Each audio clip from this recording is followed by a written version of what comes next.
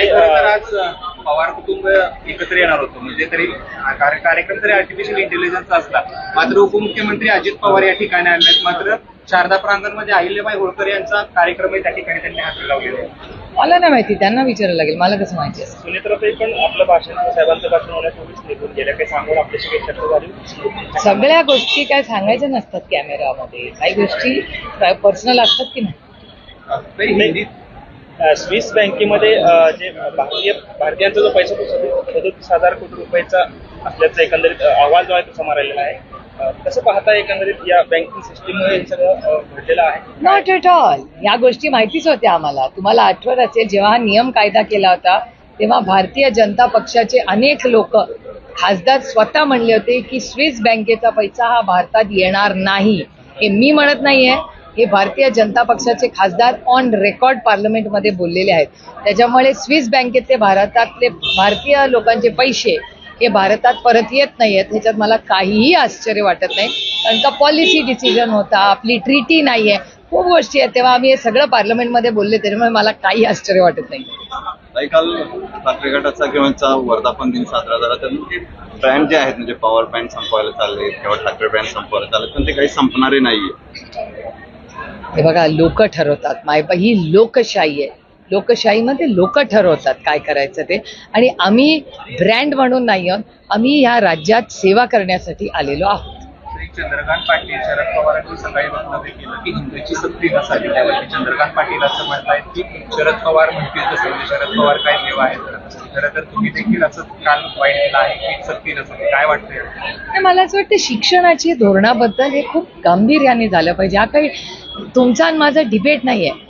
जे policy makers आहेत, ते तज्ज्ञ आहेत, जे शिक्षक आहेत, जे पालक आहेत, स्टेक होल्डर्स ज्यांना आपण म्हणतो, हा स्टेक होल्डर्सनी चर्चा करून घ्यायचा निर्णय आहे. हा काही राजकीय विषय नाही हो, हा अतिशय गंभीर विषय आहे. त्याची चर्चा अशी होऊ शकत नाही.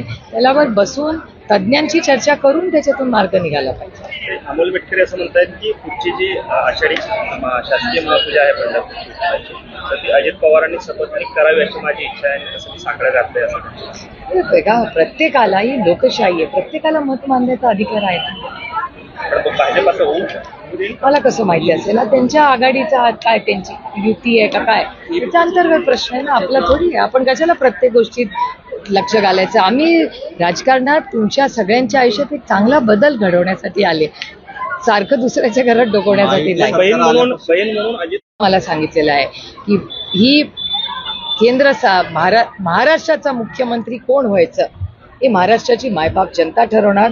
हा कैलासाची यशवंतराव चव्हाणांचा वारसा आहे.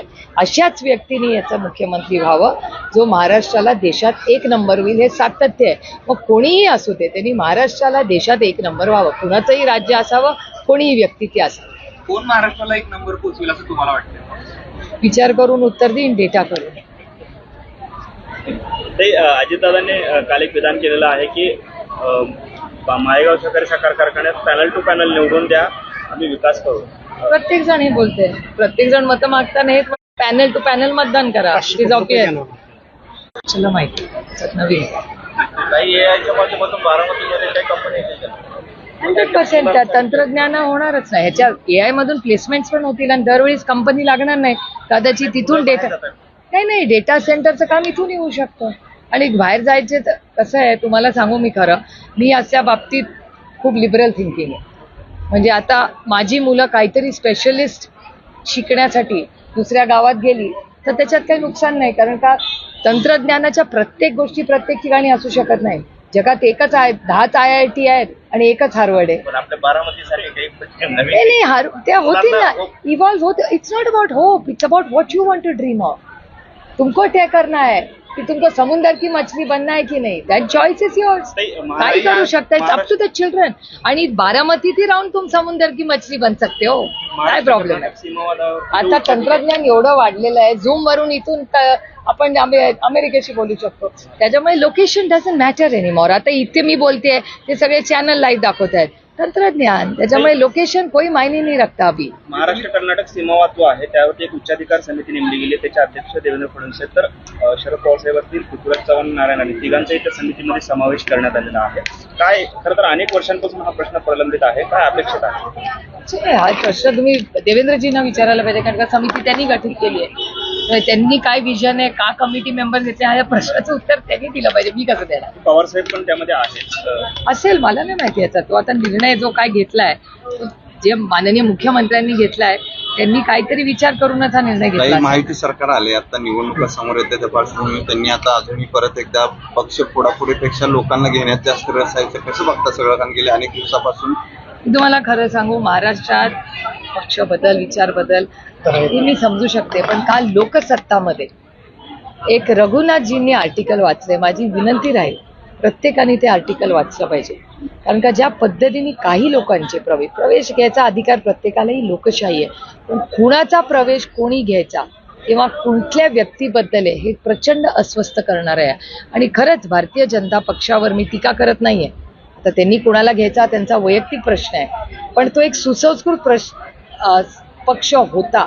मी त्यांचं खूप जवळून काम दिल्लीत पाहिलेले, सुषमा स्वराज असतील, अरुणजी असतील, आणि अटलजींना आम्ही नेता मागतो, जरी ते भारतीय जनता पक्षाचे मोठे नेते असले तरी मी स्वतः नेहमी अरुणजी आणि सुषमाजींबद्दल कौतुकाने बोलते, कारण आम्ही पार्लमेंटमध्ये खूप शिकलोय त्यांच्याकडून.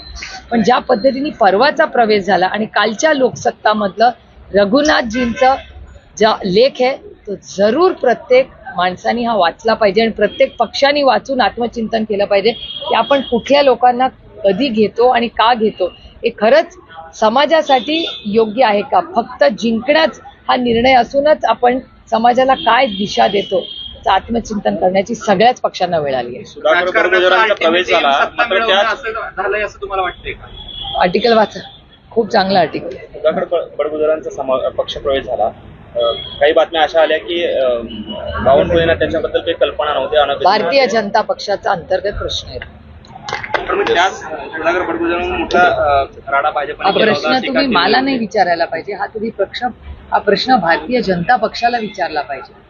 आणि रघुनाथ भाऊंनी जे आर्टिकल लिहिलं ना लोकसत्तामध्ये, ते जरूर वाचा. माळेगाव सहकारी साखर कारखान्याच्या प्रचाराच्या तोफा थंडवत आहेत. खरं तर गेल्या काही दिवसापासून अनेक आरोप प्रत्यारोप झालेला आहे.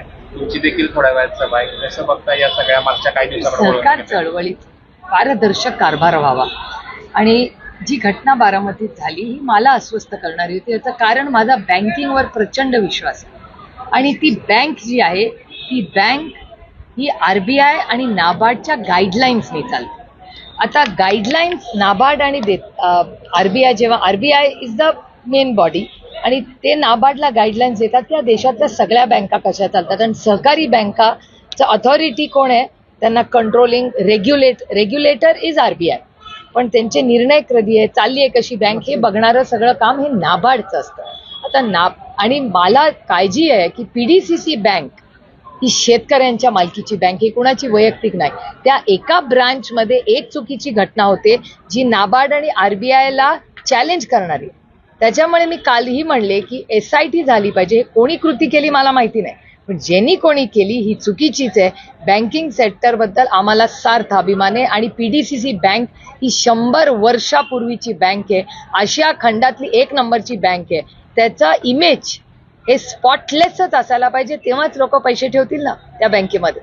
तर अशा एका ब्रांचमध्ये, आणि ब्रांचचा कायदा काय या देशामध्ये, ब्रांच कायदा असा सांगतो या देशातला की ब्रांचचे आवर्स, म्हणजे ब्रांच किती तास उघडी राहिली, कधी उघडी पाहिजे, याचे नियम कायदे आहेत. कधी पण ब्रांच उघडा बंद असा नाही. RBI आणि नाबार्डला माहिती असतं किती ते किती बँकेत फुटफॉल्स कुणाचे आले आणि त्यादिवशी बँक उघडी का राहिली, तिथे कोण होतं, त्याचे सगळे व्हिडिओ आणि ऑडिओ हे 100% असतील. हे पोलीस आणि SITनी चेक केलं पाहिजे, कारण का हा सहकार चळवळीवर हा धब्बा आहे. हा वैयक्तिक मी बोलतच नाहीये, मी पुन्हा म्हणतेय, जे नियम कायदे बनवतात ते पहिले पॉलिसी मेकर्स आहे.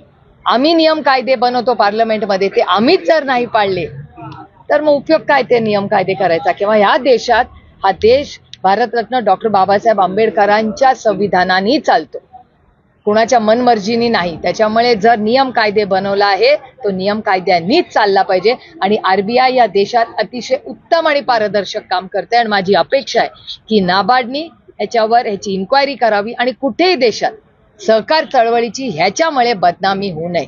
ते अमित शहा जे केंद्रीय सहकार मंत्री देखील आहेत ते आज मुंबईमध्ये येत आहेत. आपल्या पक्षाच्या वतीने काही त्यांना निवेदन असणार आहे? पक्ष नाही अमित शहाजींची अनेक वेळा दिल्लीत आमची भेट होते. ते काय त्यांच्या कामासाठी आलेले आहेत. अतिथी देवो भव. अर्थातच कोणी आलं तरी त्याचं स्वागत केलंच पाहिजे. अध्यक्ष होते त्यांना न्यायालयाने त्यांच्यावर गुन्हा दाखल करायला सांगितलं. त्यामध्ये तो काय कोर्टाने निर्णय दिला असेल, जर चुकीचा असेल, त्यांना वाटत असेल त्यांच्यावर अन्याय झाला तर त्यांनी तो चॅलेंज करावा आणि जर खरं असेल तर हा देश नियम कायद्यानेच चालतो हेच तर मी तुम्हाला सांगते मगाचपासून. थँक्यू.